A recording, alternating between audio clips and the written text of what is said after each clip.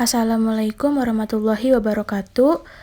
Perkenalkan, kami kelompok 1 akan menjelaskan materi relasi fungsi. Bagian pertama akan dijelaskan oleh saya, Bidasari Siregar. Yang pertama adalah definisi relasi. Relasi yaitu hubungan antara anggota pada himpunan dengan anggota himpunan yang lainnya. Relasi dari himpunan A ke himpunan B ialah menghubungkan anggota-anggota himpunan A pada anggota-anggota himpunan B. Nah, cara untuk menyatakan relasi ada 3. Yang pertama, diagram panah, diagram kartesius, dan himpunan pasangan berurutan. Contoh, ada 4 orang anak yaitu Ali, Siti, Amir, dan Rizky. Mereka diminta untuk menyebutkan warna favorit mereka. Ali menyukai warna merah, Siti menyukai warna ungu, Amir menyukai warna hitam, dan Rizky menyukai warna merah. Nah, hubungan antara himpunan A dan himpunan B dapat diilustrasikan seperti berikut. Kalian bisa lihat untuk diagram panah, himpunan pasangan berurutan, serta diagram kartesiusnya seperti gambar yang kalian lihat. Macam-macam relasi. Yang pertama adalah refleksif. Dikatakan refleksif jika A, A elemen dari R untuk setiap A elemen dari himpunan A. Contohnya, jika diketahui himpunan A-nya 1, 2, 3, 4. Pada A didefinisikan relasi R. Relasi R-nya itu 1,1, 1,3, 2,1, 2,2, 3,3, 4,2, 4,3, dan 4,4. Apakah dia refleksif? Untuk menjawabnya, kita himpunan A-nya ini kita ubah ke bentuk A, A. Jadi, A, kan 1, 2, 3, dan 4. Berarti kita ubah 1,1, 2,2, 3,3, 4,4. Nah, untuk itu, setelah itu, apakah 1,1 elemen dari R ini ada di R? Ada. Kemudian 2,2 ada. Kemudian 3,3 ada. Dan 4,4 ada. Berarti dia adalah refleksif. Namun apabila 4,4-nya di sini tidak ada, maka si R ini adalah bukan refleksif. Yang kedua adalah simetri. Dikatakan simetri jika A, B anggota dari R, maka B, A elemen dari R. Contohnya, jika diketahui A-nya itu 1, 2, 3, 4, dan pada A didefinisikan relasi R-nya 1,1, 1,2, 2,1, 2,2, 2,4, 4,2, dan 4,4. Untuk menjawab ini, kan tadi A, B elemen dari R, maka B, A. Jadi kita ubah, misalkan kita ambil AB-nya adalah 1,2. 1,2 elemen dari R, maka diubah jadi BA, jadi 2,1 elemen dari R. Kemudian kita ambil lagi, misalkan contohnya 2,4. 2,4 elemen dari R, maka dibalik jadi 4,2. Apakah 2,1 ada di R? Ada. Apakah 4,2 ada di R? Ada. Maka R ini bersifat simetri. Yang ketiga adalah antisimetris. Antisimetris ini jika A, B elemen dari R dan B, A elemen dari R berlaku A, B. Jadi sebenarnya antisimetris ini kebalikan dari simetri. Contohnya B itu misalkan 2, 4, 5 dan R ini adalah 2,2, 4,4, 5,5 dan 4,2. Nah, caranya itu sama. AB-nya itu kan misalkan kita ambil 4,2. Nah, 4,2 kita ubah ke BA jadi kan 2,4. Nah, 2,4 ini ada nggak di R? Nggak ada. Nah, karena dia nggak ada, berarti dia itu bersifatnya antisimetri. Yang selanjutnya adalah transitif. Transitif dikatakan transitif jika A, B anggota dari R dan B, C elemen dari R, maka A, C. Contohnya misalkan A-nya 1, 2, 3. Pada A didefinisikan R. R-nya itu 1,1, 1,2, 1,3, 2,2, dan 2,3. Nah, untuk menjawab ini kita ubah AB dan BC ke bentuk AC. Misalkan kita ambil AB-nya itu adalah 1,2. 1,2 kan AB dan BC-nya itu berarti kan AB, berarti B-nya yang ada 2-nya dong. Nah, BC-nya itu misalkan kita ambil 2,3. Maka AC-nya adalah 1,3. Apakah 1,3 ada di R? Ada. Kemudian kita ambil lagi misalkan 1,2 AB-nya. Kemudian BC-nya kan belakangnya 2, berarti 2,2 misalkan. Nah, jadi AC-nya itu adalah 1,2. Apakah 1,2 ada di R? Ada. Jadi, untuk ini bersifat, jadi R adalah transitif. Kemudian selanjutnya adalah ekuivalen. Dikatakan ekuivalen jika relasi tersebut bersifat refleksif, simetris, dan transitif dalam satu R. Contohnya adalah jika A-nya itu adalah 1, 2, 3, kemudian pada A didefinisikan relasi R-nya itu 1,1, 1,2, 1,3, 2,1, 2,2, 2,3, 3,1, 3,2, dan 3,3. Pertama kita buktikan dulu refleksif. Kan dikatakan refleksif jika A, A. Jadi kita ini diubah ke A, A. Jadi 1,1, 2,2, 3,3. 1,1 ada di R? Ada. 2,2 ada di R? Ada. 3,3 ada di R? Ada. Berarti dia bersifat refleksif. Kemudian membuktikan simetri. Kan dikatakan simetri jika AB maka BA. AB-nya kita ambil misalkan 1,2. 1,2 dibalik jadi 2,1. Kemudian kita ambil lagi 2,3. 2,3 kita balik jadi BA itu adalah 3,2. Kemudian 1,3 kita balik 3,1. Nah, apakah 2,1, 3,2, 3,1 ada di R? Ada 2,1, 3,2, dan 3,1. Jadi dia bersifat simetri. Kemudian kita membuktikan transitif. Transitif itu dikatakannya adalah AB dan BC, maka AC. Misalkan kita ambil 1,2 AB-nya, kemudian BC-nya 2,1, maka A-nya kan 1,1. Kemudian 1,2 lagi kita ambil. Karena di sini banyak 2-nya kan. Kemudian kita ambil lagi BC-nya 2, 3. Maka AC-nya kan 1,3. Kemudian kita ambil lagi 2,3 untuk elemen R-nya dan 3,1 BC-nya, kan 3 belakangnya, 3,1. Maka AC-nya kan 2,1. Nah, 1,1 elemen R kan ada di sini. Kemudian 1,3 elemen R ada di sini dan 2,1 elemen R ada di sini. Berarti dia bersifat transitif. Nah, untuk itu berarti R di sini bersifat ekuivalen karena terdapat refleksif, simetri, dan transitif. Selanjutnya adalah relasi inverse. Misalkan R adalah relasi dari himpunan A ke himpunan B. Inverse dari R dinyatakan dengan relasi dari B ke A. Jadi, relasi himpunan A ke B jika diinverskan akan jadi dari B ke A. Contohnya, diketahui A-nya 1, 2, 3 dan B-nya adalah X, Y. R-nya 1,X, 1,Y, dan 3,X. Itu relasi dari A ke B. Maka inversenya dibalik B ke A. Yang tadinya 1,X diinverskan jadi X,1, terus 1,Y jadi Y,1, 3,X jadi X,3. Assalamualaikum warahmatullahi wabarakatuh. Saya Hilmaski Hidayati akan menjelaskan definisi fungsi dan jenis-jenis fungsi. Definisi fungsi.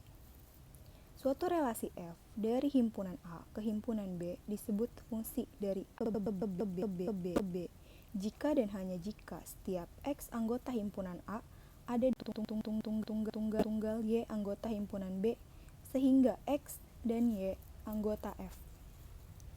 Fungsi dalam matematika adalah suatu relasi yang menghubungkan setiap anggota X dalam suatu himpunan yang disebut daerah asal atau domain dengan suatu nilai tunggal Fx dari suatu himpunan kedua yang disebut daerah kawan atau kodomain. Himpunan nilai yang diperoleh dari relasi tersebut disebut daerah hasil.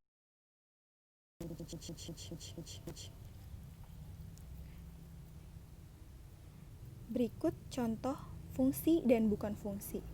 Sebelah kiri bukan fungsi. Mengapa demikian?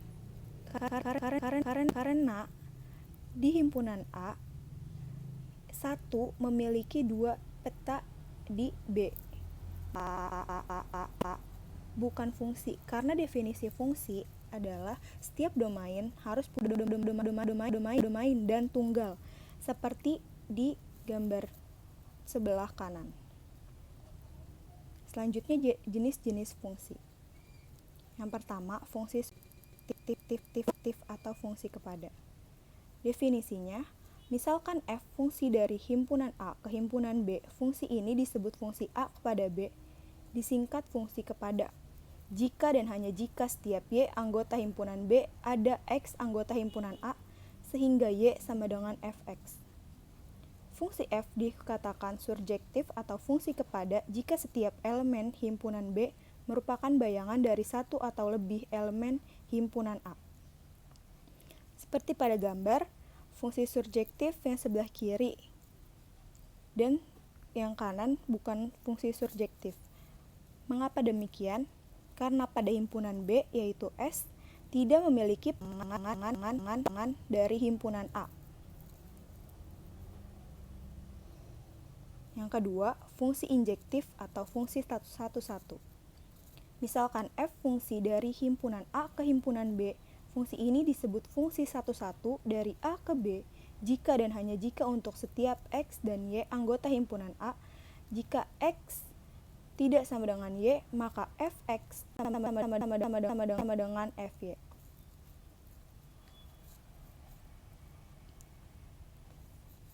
Misalkan ada fungsi f, yaitu fungsi yang memetakan dari himpunan A ke himpunan B. Fungsi f dikatakan injektif atau satu-satu jika untuk setiap fx1 sama dengan fx2, maka x1 sama dengan x2. Fungsi f dikatakan fungsi satu-satu jika tidak ada dua elemen himpunan yang memiliki bayangan sama. Seperti pada gambar, mengapa yang sebelah kanan tidak merupakan fungsi injektif? Karena FA sama dengan 1 dan FB sama dengan 1, tetapi A tidak sama dengan B. Berarti fungsi ini bukan merupakan fungsi injektif. Fungsi bijektif atau fungsi gabungan. Definisinya, fungsi f dari himpunan A ke himpunan B disebut fungsi bijektif jika dan hanya jika f merupakan fungsi kepada dan fungsi satu-satu. Jadi fungsi bijektif ini langkah-langkah untuk mengetahui ia merupakan fungsi bijektif atau tidak. Yang pertama, dicek apakah merupakan fungsi surjektif. Bila iya, selanjutnya dicek lagi apakah dia merupakan fungsi injektif. Pembuktian jenis-jenis fungsi berdasarkan konsep suatu fungsi. Jenis fungsi yang pertama adalah fungsi surjektif. Definisinya adalah sebagai berikut. Kita lihat pembuktiannya dengan melalui contoh. Contoh yang pertama, buktikan bahwa fx sama dengan x plus 4 untuk setiap x anggota bilangan bulat adalah fungsi kepada. Nah, karena fx sama dengan x plus 4 dan fx sama dengan y, maka dari itu y sama dengan x plus 4. Atau jika disama denganin x sama dengan y min 4. Dalam perhitungan aljabar, hasil penjumlahan atau pengurangan sebarang bilangan bulat adalah bilangan bulat. Hal ini berarti bahwa untuk setiap y anggota bilangan bulat, ada x anggota bilangan bulat sehingga y sama dengan x plus 4. Jadi fungsi f dari bilangan bulat kepada bilangan bulat yang ditetapkan oleh fx sama dengan x plus 4 untuk setiap x anggota bilangan bulat merupakan fungsi kepada. Ini adalah pembuktian yang pertama. Kita lihat pembuktian yang kedua. Di sini diketahui ada fungsi x 2. Ada fungsi x yang pertama sama dengan x kuadrat dan fungsi x yang kedua adalah x pangkat 3. Dari antara kedua fungsi x ini, manakah yang merupakan fungsi kepada? Kita lihat yang pertama dulu. Untuk fungsi fx sama dengan x kuadrat. Kita ambil bilangan sembarang minus 2 anggota dari bilangan real. Apakah ada x anggota bilangan real sehingga fx sama dengan min 2? Fx kan sama dengan x kuadrat. Berarti kalau fx sama dengan minus 2, berarti x kuadrat sama dengan minus 2. Sedangkan kita ketahui bahwa x kuadrat itu pasti lebih besar sama dengan 0.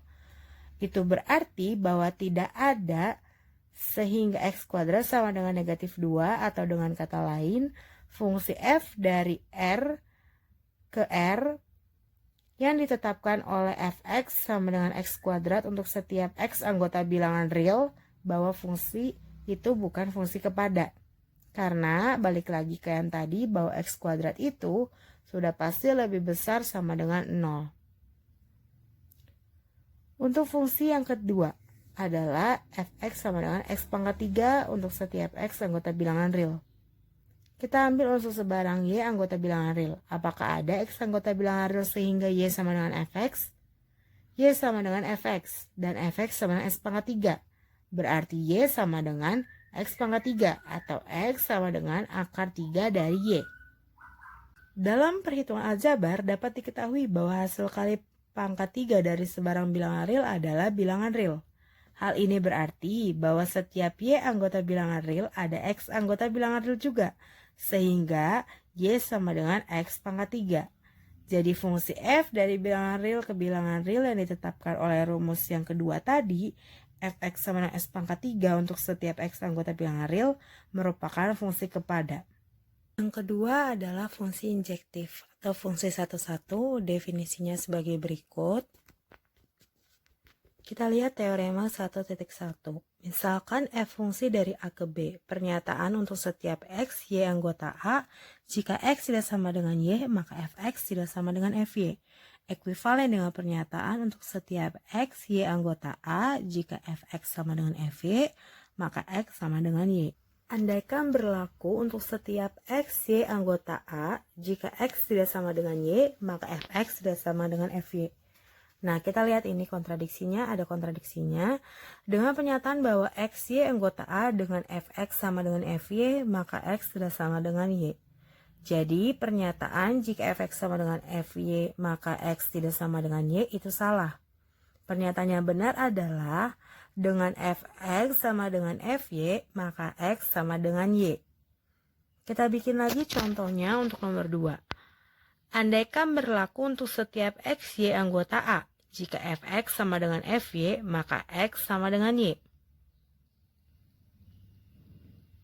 Kita andaikan lagi bahwa x, y anggota A. Jika x tidak sama dengan y, maka fx tidak sama dengan fy tidak berlaku. Artinya, dengan x tidak sama dengan y, maka fx sama dengan fy. Berdasarkan hipotesis, kita telah ketahui bahwa jika fx sama dengan fy, maka x sama dengan y. Hal ini bertentangan dengan pernyataan untuk setiap x, y anggota A dengan x tidak sama dengan y dan fx sama dengan fy. Jadi pernyataan ini bernilai salah. Yang benar adalah jika x tidak sama dengan y, maka fx pun tidak sama dengan fy. Kita lihat lagi ada teorema 1.2.